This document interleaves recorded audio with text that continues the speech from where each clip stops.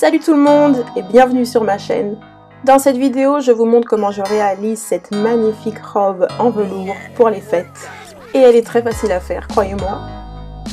Donc si ça vous intéresse de savoir comment je m'y suis pris, surtout restez avec moi. Pour faire ma robe, j'utilise un tissu élastique. Pour faire le patronage, je me munis d'un t-shirt simple, mais qui soit suffisamment près du corps, suffisamment moulant, car je veux que ma robe soit moulante, et comme ça m'évite de faire beaucoup de modifications. Je plie mon t-shirt en deux, comme ceci, et je viens le placer sur le bord de la feuille, afin de construire le devant. Je plie ensuite mon t-shirt dans l'autre sens, au niveau de la taille. Vous pouvez mettre le t-shirt sur vous et marquer la taille à l'aide d'épingles pour savoir où elle se trouve. Et je viens ensuite tracer la ligne de taille, donc à l'aide de mon équerre pour avoir une ligne bien droite, que je fais suffisamment longue car je vais faire le dos juste à côté du devant. Je trace ensuite les contours de mon t-shirt sans la manche. Sur mon t-shirt, la largeur de la taille est un petit peu trop grande. Je prends donc mon tour de taille divisé par 4 et je marque cette mesure sur la ligne. Pour moi, il s'agit de 17 cm. Ensuite, je trace proprement les contours à l'aide de mon matériel de tracé. Je suis navrée pour ce mauvais cadrage, mais sachez que pour l'épaule et l'encolure devant, je n'ai rien modifié. J'ai gardé les contours de mon t-shirt. Voilà tout, allez, on reprend.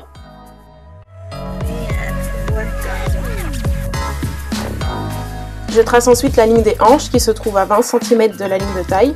Il s'agit d'une mesure générale, évidemment ça dépend des morphologies, mais la ligne des hanches se trouvera toujours aux alentours de 20 cm en dessous de la ligne de taille.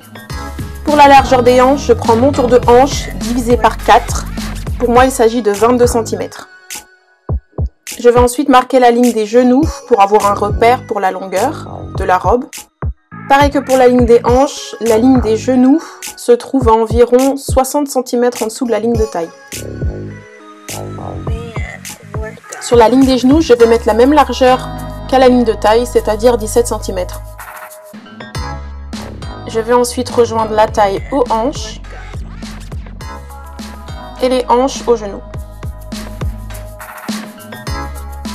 Je crée à l'aide du pistolet un joli arrondi au niveau des hanches.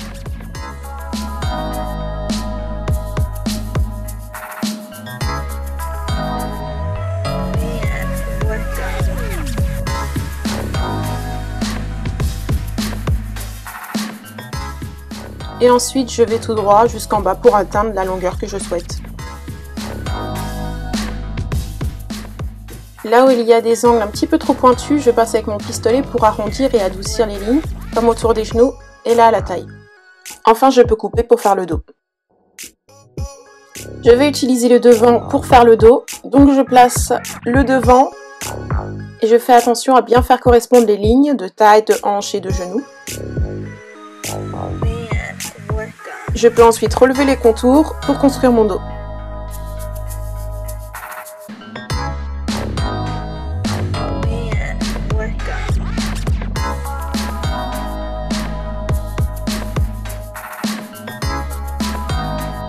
Voici à quoi ressemble mon dos pour le moment.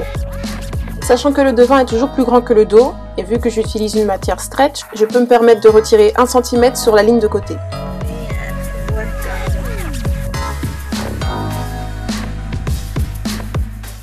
Je passe ensuite à l'ouverture du dos. J'ai creusé 5 cm sur la ligne de taille.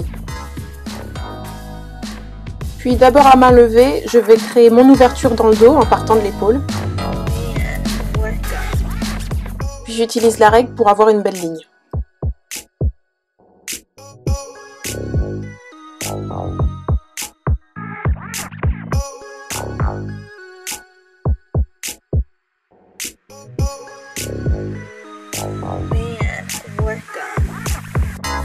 Maintenant, je vais construire une pince dans le bas du dos, car les robes avec une ouverture dans le dos ont tendance à bâiller un petit peu sur les côtés. Donc je fais cette pince pour éviter au maximum que ça bâille.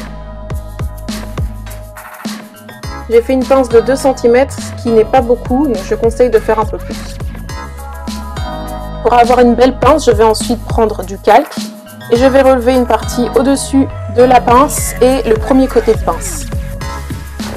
Une fois que c'est fait, je vais pivoter mon calque et faire comme si je fermais la pince. Là, je constate que les lignes ne correspondent plus. Pas de panique, il me suffit juste de redessiner le bas. Donc je dessine une jolie courbe pour rejoindre le bas de mon ouverture. Et je prends ma roulette pour marquer la nouvelle ligne que j'ai dessinée, donc sur mon calque, pour que ça traverse et le marquer sur mon papier. Et je repasse dessus proprement au crayon.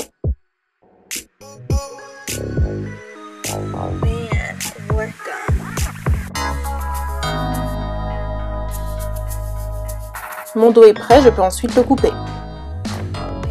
Le dernier élément est la manche, donc je trace une ligne et sa perpendiculaire comme ceci, en laissant une vingtaine de centimètres au-dessus.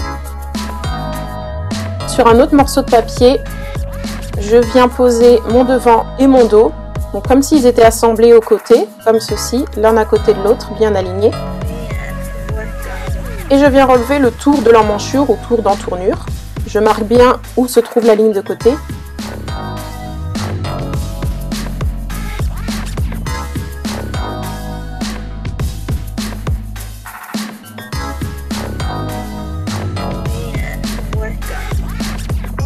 Je mesure ensuite chacune des entournures de la ligne d'épaule jusqu'à la ligne de côté. Je note la mesure.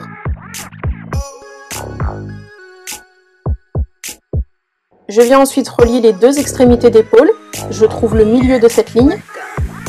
Et je viens rejoindre la ligne de côté à ce point. Je mesure ensuite cette ligne. Je note la mesure. Et je vais multiplier cette mesure par 5/6. J'ai trouvé 15,3 que je multiplie par 5. Je divise ce résultat par 6, je trouve 12,75. Ces 12,75 cm vont correspondre à la profondeur de mon emmanchure, donc que je place au-dessus de la perpendiculaire. Je prends ensuite mon tour de biceps pour moins 27 cm que je répartis de manière égale de chaque côté de la ligne. Et là on va faciliter les choses, donc je vais utiliser ma main pour faire ma manche. Je place mon majeur au niveau des 12,75 cm que j'avais trouvé et je prends le tour de ma main jusqu'à atteindre les points que j'ai tracés pour mon tour de biceps.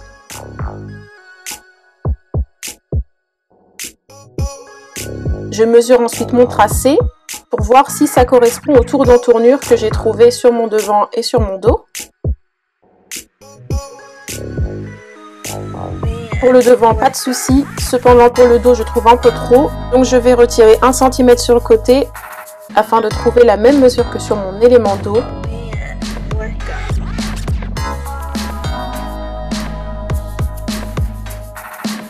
Pour la longueur de la manche, encore une mesure générale. Donc, un bras fait environ 60 cm de longueur. Si vous avez des grands bras comme moi, je vous conseille plutôt 62 cm. Je mesure ensuite le tour de mon poignet. Mesure que je place ensuite en bas de la manche, de manière égale de chaque côté de la ligne. Et enfin, je relie tout simplement les côtés.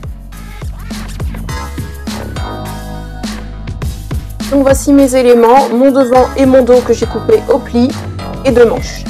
Je n'utilise pas de valeur de couture car je veux que ma robe soit très moulante et vu que le tissu est élastique, je peux me le permettre. Donc voici la pince que j'ai tracée à la craie, j'ai mis des épingles également pour pouvoir tracer de l'autre côté. Dans un premier temps, j'assemble mes pinces.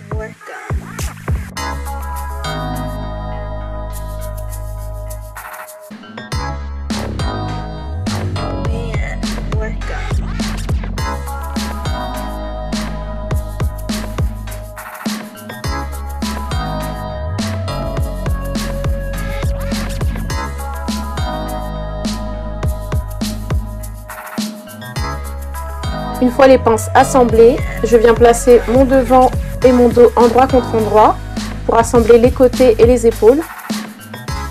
Sur un des côtés, je vais laisser une fente en bas de robe d'environ une trentaine de centimètres.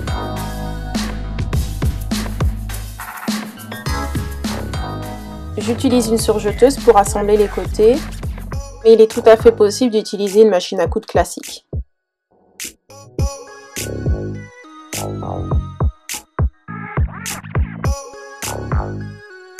Une fois que tout est assemblé, voici le résultat. J'ai bien ma fente, mes pinces.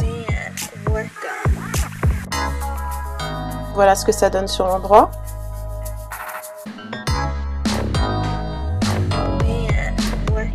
Je passe ensuite aux manches.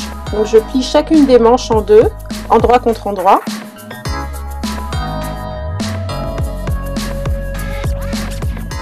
Et j'assemble. Une fois que c'est fait, je peux retourner mes manches sur l'endroit.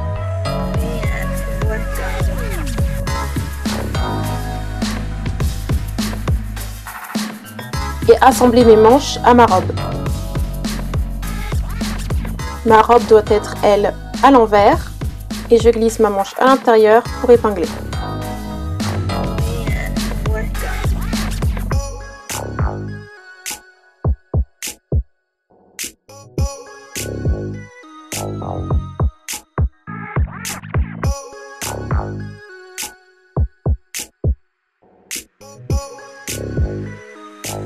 Et je peux assembler le tout à la machine.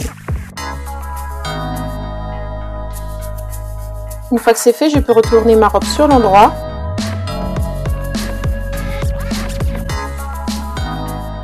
La robe est quasi finie, il ne reste plus qu'à faire des ourlets du coup un petit peu partout pour que la robe soit finie proprement.